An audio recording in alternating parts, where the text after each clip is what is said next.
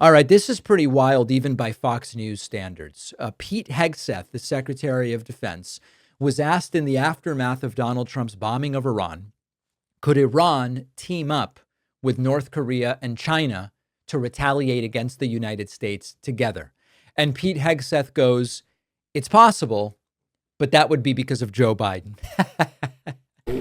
Iran and North Korea are cooperating on nuclear and missile development.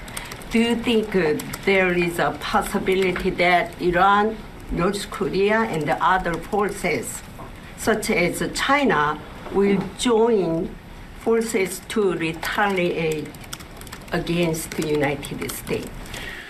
Well, unfortunately, because of the policies under the previous administration, we drove those countries together. And ultimately, that creates a challenging environment. For this particular operation, the focus is on Iran and Iranian nuclear capabilities. That's our focus here, is to not just say that they can't have, but all right. So it's Biden's fault if that happens. If what Trump did coalesces North Korea and China to retaliate together, and by the way, maybe Russia, that's a whole other aspect to this, it wouldn't be Trump's fault because he got out of the Iran nuclear deal, which is what precipitated Iran going back to enriching uranium in the first place and led to the situation in which we find ourselves today. It wouldn't be because of that. It wouldn't be because of all the other things that Donald Trump has done. It would be Biden's fault. Biden, who did not unilaterally bomb countries without telling Congress. So, a little history refresher for Secretary Pete. North Korea has been a Chinese client state since the Korean War, propped up by China for 80 years. Iran and China began deepening their military cooperation in the 1990s. Under Trump, they held joint naval exercises for the first time in years. So if this axis of authoritarian countries is real, it certainly didn't start under Biden, and it's certainly not Joe Biden's fault. But all they have is a single hammer, and that hammer is it's Biden's fault. And so that's what they're going with. Now, Pete Hegseth was also asked about the Director of National Intelligence report that Iran is not close or was not close to a nuclear weapon. This is what Tulsi Gabbard as DNI presented to Congress just a couple of months ago.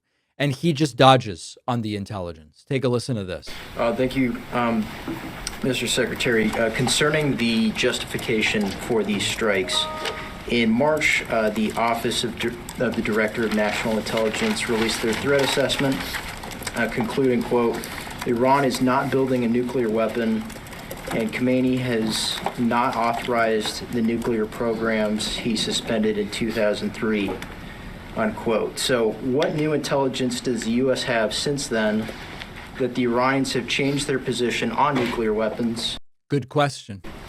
And does this new intelligence come from U.S. sources and methods, or are we getting this information from other countries? Well, I would just simply say that the president's made it very clear.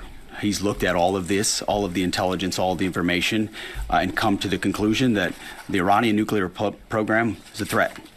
There you go. That's it.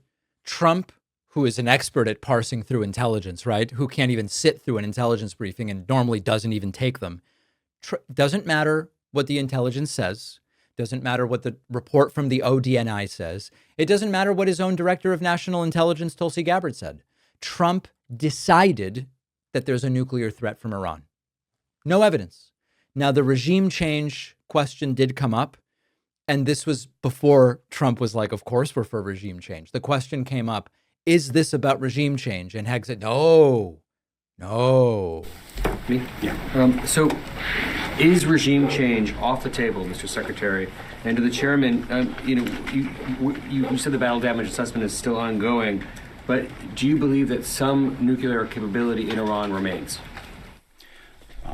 This mission was not and has not been about regime change. Unfortunately, moments later, Donald Trump tweeted, why wouldn't this be about regime change? And then this morning, Caroline Leavitt, of course, reinforced that. So we've seen that game before. We saw it in a lot of different places. It's always, this is just a precision strike. And then it ends up being a complete and total disaster. Now, the twist is it really might not have originally been about regime change. Like, this administration may be so clueless and incompetent that maybe that's not what they were initially going for. But it seems now, as the John Boltons and the Mark Levins and whoever, Hannity and everybody else got in, now all of a sudden it is about regime change. So that's like the full circle on the Iran stuff. You've got Fox News contributors now talking about giving Trump the Nobel Peace Prize for the bombing. We'll get to that tomorrow. After this break, we're going to talk to California Governor Gavin Newsom.